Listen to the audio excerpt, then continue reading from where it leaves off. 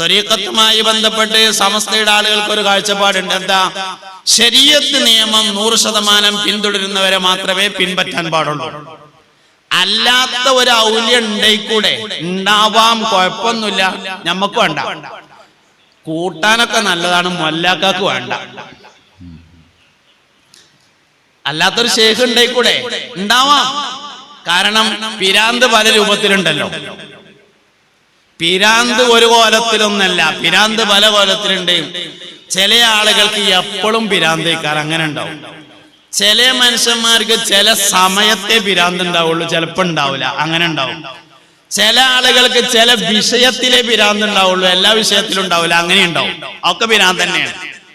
വേറെ ചില ആളുകൾക്ക് ചില വിഷയത്തിൽ ചിലപ്പം പിരാന്ത് ഉണ്ടാവും, വേറെ ചിലപ്പം പിരാന്ത് ഉണ്ടാവില്ല, അങ്ങനെ ഉണ്ടാവും. ഇതൊക്കെ പിരാന്ത് തന്നെയാണ്.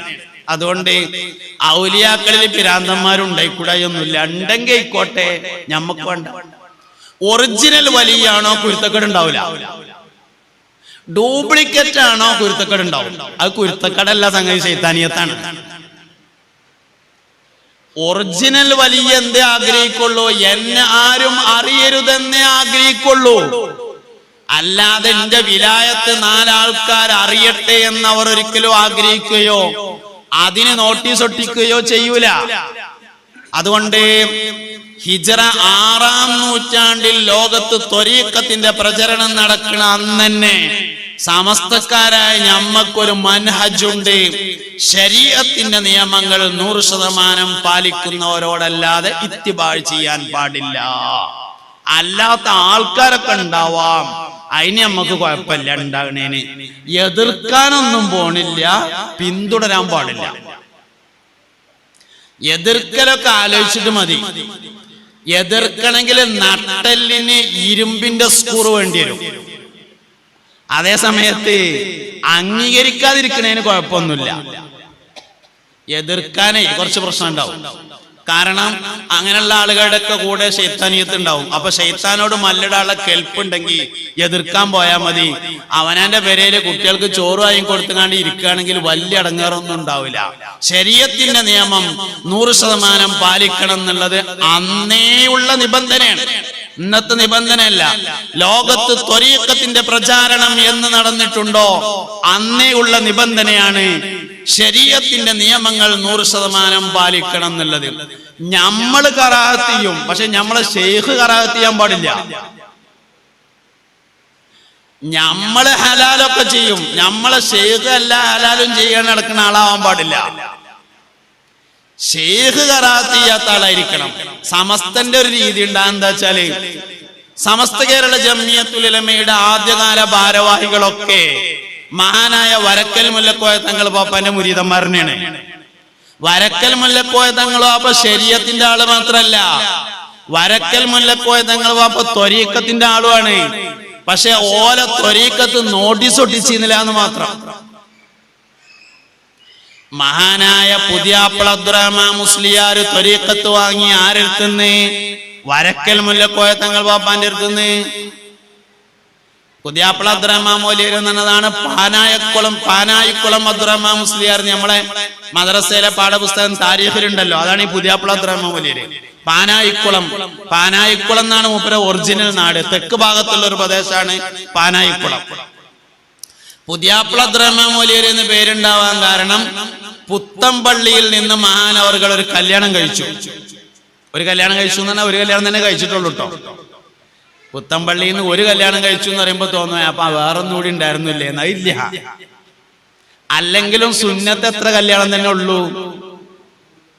സുന്നത്ത് എത്ര കല്യാണ? ഒരു കല്യാണാണ്. രണ്ടാമത്തേത് ഹലാല്, മൂന്നാമത്തേത് ഹലാല്, നാലാമത്തേത് ഹലാല്, അഞ്ചാമത്തേത് ഹറാമ്. സുന്നത്ത് ഒന്നാണ്. അതുകൊണ്ട് പാനായിക്കുളം അബ്ദുൽ ബാരി മുസ്ലിയാർ, അബ്ദുറഹ്മാൻ മുസ്ലിയാർ പുത്തമ്പള്ളിയിൽ നിന്ന്, പുത്തമ്പള്ളിയുടെ അടുത്ത് പുറങ്ങ് എന്ന് പറയുന്ന സ്ഥലത്ത് നിന്നൊരു കല്യാണം കഴിച്ചു. കല്യാണം കഴിച്ച സമയത്ത് മഹാനവറുകളുടെ ഭാര്യ ആ കാലത്ത് ഫതുൽ മുഈൻ ദർസ് നടത്തിയിരുന്ന ആളാണ്. നമ്മളെ വിചാരം ഇപ്പോഴാണ് വിവരമുള്ള ആൾക്കാരൊക്കെ ഉണ്ടായത് എന്നാണ്. സമന്വയ വിദ്യാഭ്യാസമൊക്കെ വന്നപ്പോഴാണ് വിവരമുള്ള പെണ്ണുങ്ങൾ ഉണ്ടായത് എന്നാണ്. പാനായിക്കുള അബ്ദുൽ ബാരി ഉസ്താദിന്റെ ഭാര്യ അക്കാലത്ത് ഫത്തുൽ മുഈൻ ദർസ് നടത്തിയിരുന്ന ആയതിനാൽ ദർസ് മുടങ്ങാതിരിക്കാൻ വേണ്ടി പാനായിക്കുളം അബ്ദുൽ ബാരി മുസ്ലിയാർ ഭാര്യയുടെ നാട്ടിൽ താമസമാക്കിയതാണ് പുതിയാപ്പിള അബ്ദുറഹ്മാൻ മുസ്ലിയാർ എന്ന് പേരുണ്ടാവാൻ കാരണം. മഹാനവറുകൾ വരക്കൽ മുല്ലക്കോയ തങ്ങൾ പാപ്പാന്റെ അടുത്ത് നിന്ന് ത്വരീഖത്ത് വാങ്ങി. അങ്ങനെ ഒരു ദിവസം വാനായിക്കുളം അബ്ദുറഹ്മാൻ മുസ്ലിയാർ വരക്കൽ മുല്ലക്കോയ തങ്ങൾ പാപ്പാനെ കാണാൻ വേണ്ടി വന്നപ്പോ മുല്ലക്കോയ തങ്ങൾ പറഞ്ഞു, അബ്ദുറഹ്മാൻ മൗലവിയെ മാങ്ങ പൊഴുത്ത് തിന്നിട്ട് പോയാ മതിട്ടോ എന്ന് പറഞ്ഞു. മൂച്ചിമ്മ മാങ്ങ ഉണ്ടാവാന് പൂവുണ്ടായിട്ടില്ലട്ടോ അന്ന്. 2 മാസം മഹാനവറുകൾ വരക്കൽ കാത്തുനിന്ന് പുതിയങ്ങാടിയില്. മൂച്ചിമ്മ പൂവുണ്ടായി, അത് മാങ്ങയായി, അത് പഴുത്ത്, അത് തിന്നിട്ട് പാനായിക്കുളം അബ്ദുൽ ബാരി മുസ്ലിയാർ നാട്ടിൽ പോയി.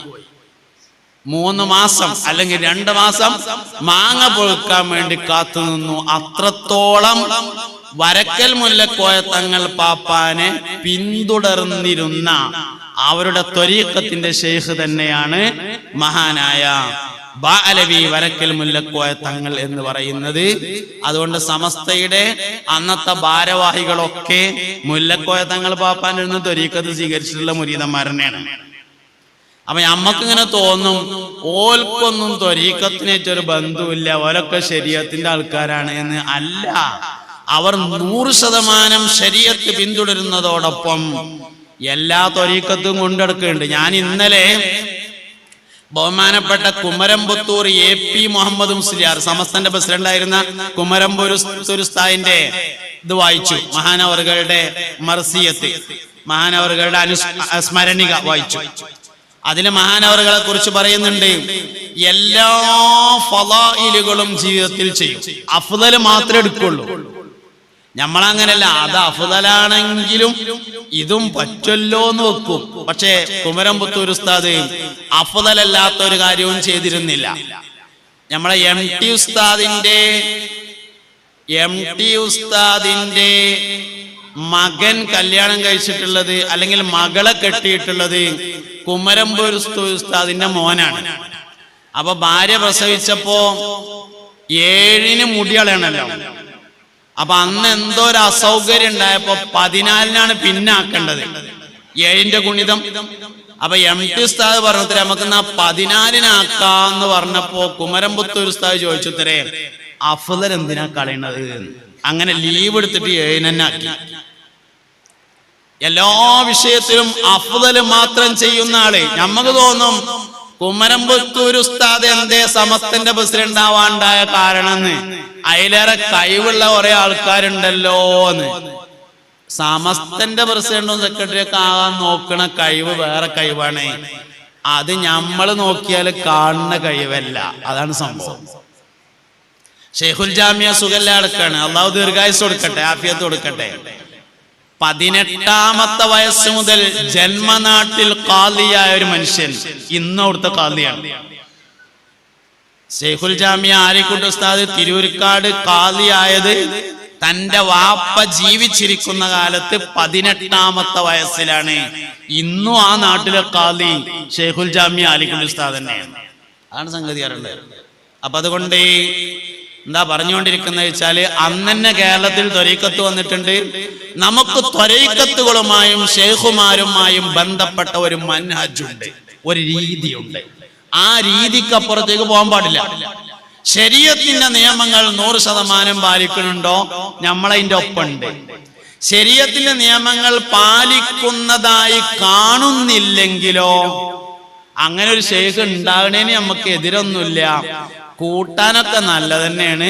മൊല്ലാക്കാക്ക് പാരണ്ട, നമുക്ക് വേണ്ട, സമസ്തക്കാർക്ക് വേണ്ട. ഇതാണ് സംഗതി. അതിനുശേഷം അപ്പോ ഏകദേശം 6, 7, 8 നൂറ്റാണ്ടുകളിലാണ് ലോകത്ത് ഇങ്ങനെ ത്വരീഖത്തുകളുടെ കാലഘട്ടം ഉണ്ടാകുന്നത്. അപ്പൊ അന്ന് തന്നെ സമസ്തക്ക് അങ്ങനെ ഒരു നിലപാടുള്ളത്. അത് കഴിഞ്ഞ് പിന്നെ ലോകത്തിന്റെ വിവിധ ഭാഗങ്ങളിലേക്ക് സയ്യിദന്മാരുടെ യാത്ര ഉണ്ടായി. 9, 10 ഒക്കെ നൂറ്റാണ്ടുകളിലാണ്. 7-ാം നൂറ്റാണ്ട് മുതൽ ആരംഭിക്കുന്നുണ്ടെങ്കിലും പ്രത്യേകിച്ച് യമനിൽ നിന്നൊക്കെ ലോകത്തിന്റെ എല്ലാ ഭാഗങ്ങളിലേക്കും സയ്യിദന്മാരുടെ യാത്രകൾ ഉണ്ടാകുന്നത് 9-10 നൂറ്റാണ്ടുകളിലാണ്. നമ്മളെ നാടുകളിലേക്കൊക്കെ അന്ന് തങ്ങന്മാര് വന്നത് ആ കാലത്താണ്. പക്ഷെ കേരളത്തിലും പരിസര പ്രദേശങ്ങളിലും സയ്യിദന്മാർക്ക് ലഭിച്ച അത്ര സ്വീകാര്യത ലോകത്തിന്റെ എവിടെയും കിട്ടിയില്ല. എന്താ കാരണം? അതിന്റെ കാരണം 7-ാം നൂറ്റാണ്ട് മുതൽ കേരളത്തിലും കേരളവുമായി ബന്ധപ്പെട്ട പ്രദേശങ്ങളിലും ദർസുകൾ ഉണ്ടായിരുന്നു, ആലിമീങ്ങൾ ഉണ്ടായിരുന്നു എന്നതാണ് കാരണം. സയ്യിദന്മാർക്ക് അംഗീകാരം കിട്ടാനുണ്ടായ കാരണം സയ്യിദന്മാരുടെ ഫളിലുകൾ പറഞ്ഞു കൊടുക്കാൻ പറ്റിയ ആലിമുകൾ 7-ാം നൂറ്റാണ്ട് മുതൽ നമ്മുടെ നാടുകളിൽ ഉണ്ടായി എന്നതാണ്. ലോകത്തിന്റെ എല്ലാ ഭാഗത്തും സയ്യിദന്മാരുണ്ട്, എല്ലാ ഭാഗത്തും ഉണ്ട്. സദ്ദാം ഹുസൈൻ സയ്യിദാണല്ലോ. ലോകത്തിന്റെ എല്ലാ ഭാഗത്തും സയ്യിദന്മാരുണ്ടായിട്ടുണ്ട്. അവരുടെ കൂടെ സയ്യിദ് എന്ന് ചേർത്ത് പറയുക പോലുമില്ല ചില ആൾക്കാരുടെ കൂടെ. അപൂർവം ചില നാടുകളിൽ തങ്ങന്മാരുടെ പേരിന്റെ കൂടെ ഷെരീഫ് എന്ന പേര് ഉപയോഗിക്കലുണ്ട്. പക്ഷെ നമ്മളെ നാട്ടിലുള്ളത് പോലെ സയ്യിദന്മാർക്കുള്ള ആദരവ് വേറെ എവിടെയും കിട്ടൂല. എന്താ കാരണം? അതിന്റെ മുമ്പ് ആലിമ്യങ്ങൾ ഉണ്ടായിരുന്നു എന്നതാണ്. അതുകൊണ്ട് ലോകത്തെ ഏറ്റവും മാതൃകാപരമായ നാടായി നമ്മളെ നാട് മാറി, ഇസ്ലാമിലെ ഏറ്റവും മാതൃകാപരമായ നാട്. അതിന്റെ കാരണം 10-14 നൂറ്റാണ്ടുകളായി സമസ്ത പിന്തുടർന്നു വരുന്ന ഒരു രീതിയാണ്.